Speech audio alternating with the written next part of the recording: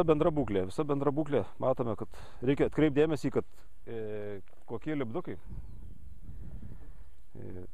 Čia matom, kad yra originalus.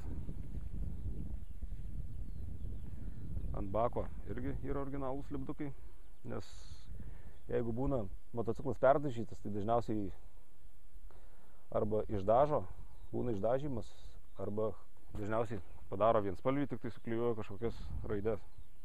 O čia tie lipdukai yra tokie, ne tai kad R ir 6 atskirai, bet jie yra kartu ant vienos plėvelės.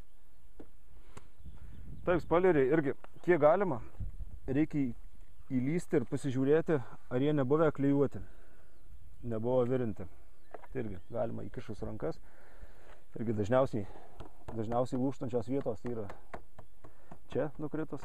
Matome iš to motociklo šono ant apsauginio grybelio yra nubrozdinimai. Tai reiškia, jisai buvo nuvirtęs, bet nulaužta kojelė. Bet ant duslintuvo žymių lygtais nėra. Na tai čia arba duslintuvas po to pakeistas, arba paprasčiausiai nepasiekia. Jisai atliko savo funkciją ir apsaugo. Tas pats matos ir ant veidrodėlio irgi. Nubrozdinimo žymės. Tai labai realu, kad viskas tikra, nieko nedaryta. Taip, apsižiūrim visas plasmases, kiek kas, ar jo čia nebuvo trūkę, ar nebuvo virintos, ar varžteliai originalai, ar varžteliai nesukinėti. Taip, tada aplink variklį. Pasižiūrim, ar variklio tarpinės yra nekeistos, ar nesimato išlindusio hermetiko. Pasižiūrim tepalo lygį. Pašta ar viena nėra to langelio, per kurį matosi tepalas. Čia yra tepalo matuoklė, aš jos dabar nesuksiu.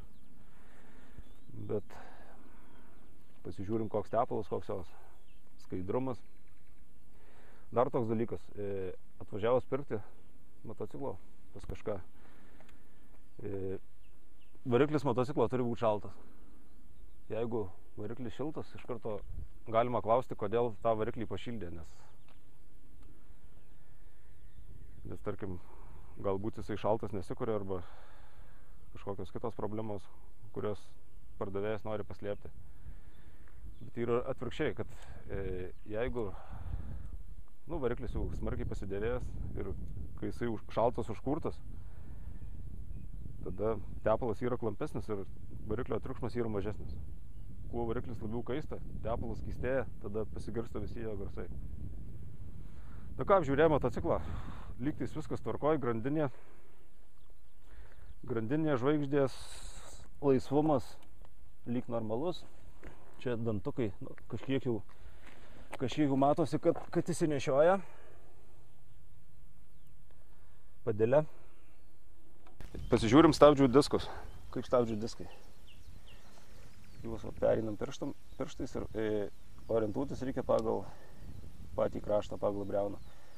Jeigu briauna yra storesnė negu vidus, tai jį reiškia panešioti. Šiaip ant disko turi rašyti, koks jo nusidėvėjimas gali būti. Ten 6 mm, 5,5, tai geriausia, kad turėtume dar slankmatį ir pasibatuotumėt vidurį. Tai irgi parodo, ar ta rida yra reali ar nereali. Kadangi čia 24 000 kilometrų, tai visai normalu, kad diskai tiek nudėlė. Priekiniai diskai jie yra didesni, jie automatiškai ne taip greitai sudyla. Čia yra plaukiantys stabdžiai, plaukiantys diskai ant tų vadinamų sąsagų.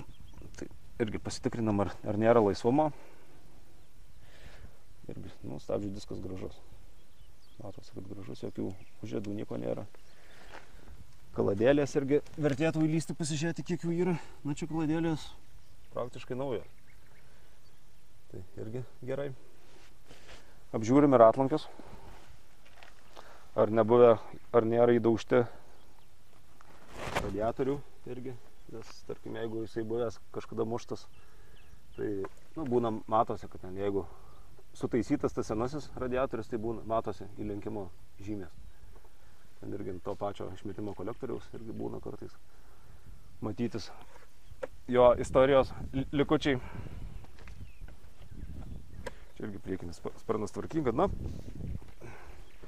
vizualiai aš nematau, prie ko būtų galima kabintis. Na, čia ant poskio lemputės nėra stikliuko, tai čia turbūt taip turi būti. Priekinė padanga irgi tokia jau prie pabaigos, ją reikėtų keisti. Čia irgi kažkokia netgi keisto sena uždėta. Na ką, motociklas lyg tvarkingas. Varžtai originalūs, sėdynės prisukimas irgi originalus.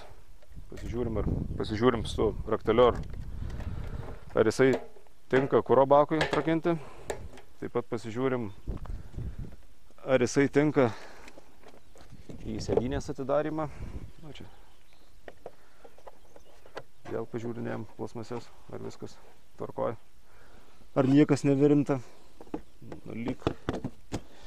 Lyg niekas nevirinta.